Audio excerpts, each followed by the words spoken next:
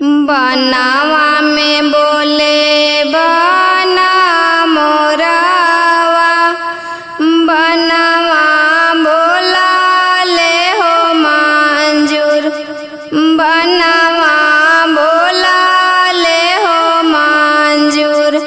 कोना बैठी रोवथिन दुलारी बहिनी, नैहर बसे बड़ी हो दूर, नैहर बसे बड़ी हो दूर। आगे आगे आवे डोली बसावा, पीछे से बत्ती सोहकार, पीछे से बत्ती सोहकार। सेकरा पीछे आवथिन अपना भैया, बहिनी दला के सिंगार, बहिनी दला के सिंगार।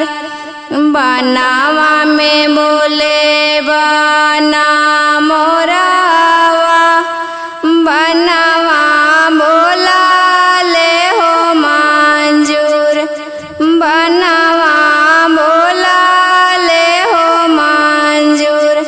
कोना बैठी रोवथिन दुलारी बहिनी, नैहर बसे बड़ी हो दूर, नैहर बसे बड़ी हो दूर।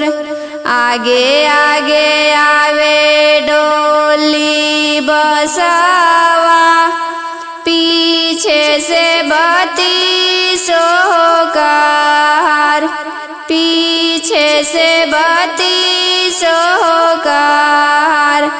सेकरा पीछे आवथिन अपना भैया, बहिनी दला के सिंगार, बहिनी दला